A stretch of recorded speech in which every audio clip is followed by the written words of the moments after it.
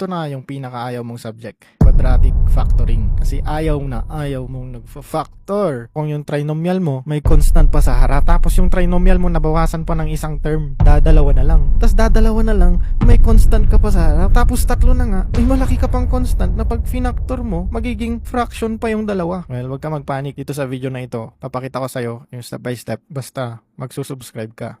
Joke lang. Umpisahan natin sa trinomial na ito, yung walang constant sa harap ng x squared. Una natin gagawin, isulat ang x squared plus a plus bx plus ab equals 0. Ito yung formula na gagamitin natin para makuha natin yung factors. X squared plus a plus b x plus ab equals 0. Ang ibig sabihin nito, pag minultiply mo yung a sa b, dapat negative 28 ang makukuha mo. Pero pag pinag-plus mo naman silang dalawa, dapat 3 ang makukuha mo. Step 2, kunin ang last term. Ito yung last term natin. Igilid natin dito. Negative 28. Tapos, ang gagawin natin ay hanapin yung a tapos b. Mag-iisip tayo ng dalawang numbers na pag minultiply natin ay magiging negative 28 ang kakalabasan. So, umpisan natin sa 1. 1 times 28. Pero negative, kaya dapat negative 28 yan. Ang 1 times negative 28, pag pinag-add or minus mo, hindi mo makukuha ang positive 3. Kaya hindi yan yung sagot natin. Cross out natin yan. Try natin ng 2. Anong pwedeng i-multiply sa 2 para maging negative 28? Diba? Negative 14. Pag pinag-add natin to, ang kakalabasan ay negative 11. Kaya hindi rin dyan ang sagot natin. Sa 3 naman, walang kahit anong number na pwede mong i-multiply para makuha ang negative 28.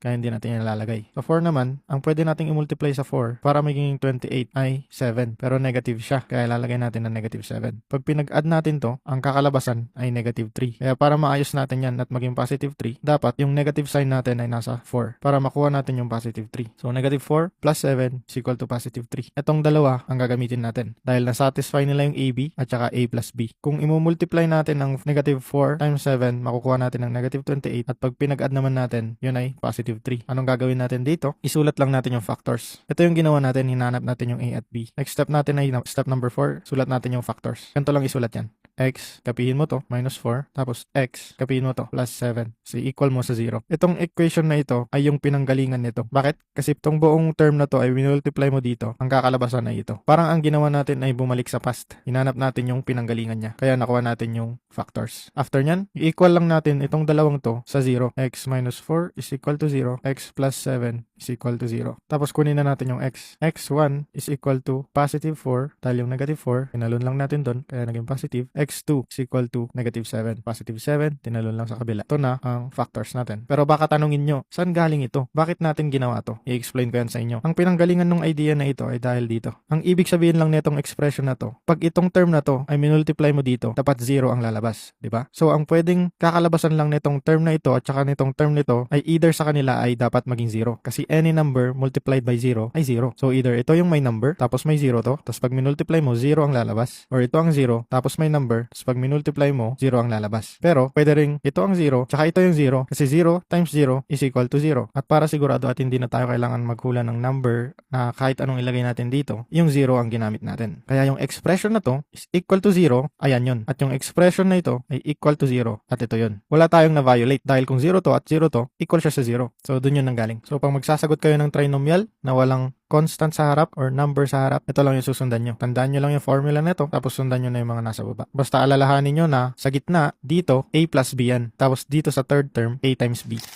So, paano kung ganito naman na yung expression natin? Tatlong term na may constant sa harap. Dadagdagan lang natin yung dati nating steps ng step 0. Ilabas ang unang constant. Paano natin yan gagawin? Ganito lang. So, kailangan natin ilabas itong 2. Para mailabas natin yung 2 dito sa buong expression na ito, kailangan natin mag-divide sa 2. Ito i-divide sa 2, tsaka ito rin i-divide sa 2. Kailangan natin mag-divide sa 2. Kung anong gagawin mo sa kabila, ganun din yung gawin mo sa kabila. Pero, kahit wag mo na isulat to. Kasi 0 naman yan eh. Kahit anong gawin mo sa 0, 0 pa rin. So, ganun lang ang gagawin natin. So, 2x squared minus 4x plus 3 is equal to 0. So, walang nagbago sa equation natin ha. Ito, tsaka ito ay equal pa rin. Nilabas lang natin yung 2. Para ma-check nyo, i-multiply nyo dito ulit yung nilabas nyo. So, 2 times x squared is 2x squared. 2 times negative 4x is equal to negative 8x. Tapos 2 times 3 is equal to 6. So, ang ginawa lang natin ay nilabas natin yung greatest common factor. Ano ang greatest common factor? Ito yung pinakamalaking number na common dun sa mga number natin. Kung mapapansin nyo, minsan, pag magfa-factor out ka, meron pa ring matitira. Kunyari, kung 4x to, at nilabas mo yung 2, may iwan pa ring 2 dito. Meron pa ring constant sa harap. Pero as much as possible, dapat ang mangyari ay x lang ang matitira. Kaya Kaya ang una mong gawin, itry mong ilabas yung nasa harap. At tignan mo kung divisible ba yung iba sa kanya. So after natin to gawin, gagawin lang ulit natin to. Yung step natin kanina. Sulat yung x squared plus a plus b, x plus ab equals 0. So pagkabisado mo na to, pagkabisado mo na a plus b itong nasa gitna, tapos yung nasa huli, a times b, hindi mo na kailangan isulat to. Pero para maituro ko ng maigi sa inyo, susulat ko pa rin. Kasi love ko kayo. Corny, di ba? Kukunin natin yung last term, 3. Ito yun ha. Ito na tayo. Maghahanap tayo ng a at saka b natin na pag pinag-multiply natin, 3 ang lalabas. Pag pinag-add natin, negative 4 ang lalabas. Subukan natin ng 1. Doon lagi mag-umpisa sa 1 lagi. 1 tsaka times 3. 1 times 3. 1 times 3 is equal to positive 3. Pag pinag-add natin, positive 4. So, paano natin gagawing negative 4? Try natin na negative yung 1. Negative 1 plus 3 is equal to positive 2. So, hindi rin. Paano kung negative 3? 1 plus negative 3 is equal to negative 2. So, hindi rin. Paano kung parehas na negative? Negative 1 plus negative 3 is equal to negative 4. Yun, kuha na natin. So, ang factors natin ay negative 1, negative 3. Sulat lang ulit natin. 2x minus 1, x minus 3 is equal to 0. After nyan, isulat lang natin yung x minus 1 is equal to 0, tapos x minus 3 is equal to 0. Hindi na natin papakilaman to. Bakit? Kasi kung 0 at saka 0 to, kahit ano pang number yan, 0 pa rin ang lalabas. Kasi 0 times 2 ay 0 pa rin. So, x minus 1, ang makukuha natin dyan ay x is equal to 1. At dito naman, x is equal to 3. Ito na yung factors natin. O, diba? Easy lang. Basta alam mo yung steps, alam mo mag-identify kung anong gagawin sa given na equation. At saka,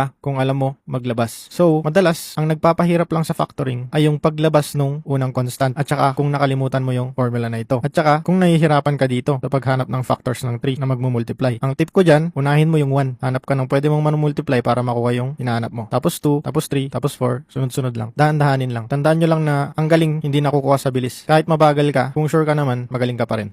So, paano naman pagdadalawang terms lang? Andito yung steps natin, wag kayong mag-alala. Una natin gagawin, tignan kung perfect square. Paano mo malalaman kung perfect square ang isang bagay? Andun na mismo sa pangalan niya, perfect square. Dapat, pag in-square root mo to, tsaka ito, ang lalabas ay isang whole number. Either 1, 5, 6, yan yung mga whole number natin, yung mga walang decimal or points, 0.7, mga ganyan, or 1/2, mga fraction. Dapat, pag in-square root mo, ang lalabas ay whole number. So ito, titingnan natin kung perfect square siya. Square root, square root. Pag in-square root mo ang x squared, magka-cancel lang ito. Makukuha natin yung root niya na x. Bakit? Dahil ang square root, tandaan nyo, ay equal lang sa raised to 1/2. So kung gagamitin natin yung raised to 1/2, x squared, 1/2, magmumultiply lang to. Batas yan ng exponent. Rule yan ng exponent. Pag meron kang number na naka-raise sa isang number, tapos yung buong expression na yun ay naka-raise pa sa isang number, ang gagawin lang dyan ay pagmumultiply to. Kaya equal yan sa x raised to n times m. Tandaan nyo yan, rule yan ng exponent. Kung nalilito kayo sa mga ganun, mag-comment lang kayo kung gusto nyo i-discuss ko rin ang exponents. So, square root ng x squared ay x. Tapos titignan naman natin to kung ano yung square root niya. Square root ng 25. Pag nahihirapan ka mag-square root, isa-isahin mo. 1 times 1 is 1. 2 times 2 is 4. 3 times 3 is 9. 4 times 4 is 16. 5 times 5 is 25. So, 5 times 5. Ito yung root niya. So, ang square root ng 25 ay 5. After nyan, ang gagawin lang natin, plus ito, tapos minus naman to. Equal sa 0. Tapos, ganun lang ulit. X plus 5 is equal to 0. X minus 5 is equal to 0. So, ang factors natin ay x is equal to negative 5. Dahil ito, tumalon lang doon. Tapos, x is equal to positive 5. Dahil ito, tumalon lang doon. Ito yung factors natin. So, pag dalawang terms, tanungin mo ng sarili kung perfect square. Ano ulit ang perfect square? Yung mga number na pag in-square root mo, whole number ang lalabas, hindi fraction or decimal. Pag nakuha mo na yung square root nila, sulat mo lang as ganito. Then, makukuha mo na yung root.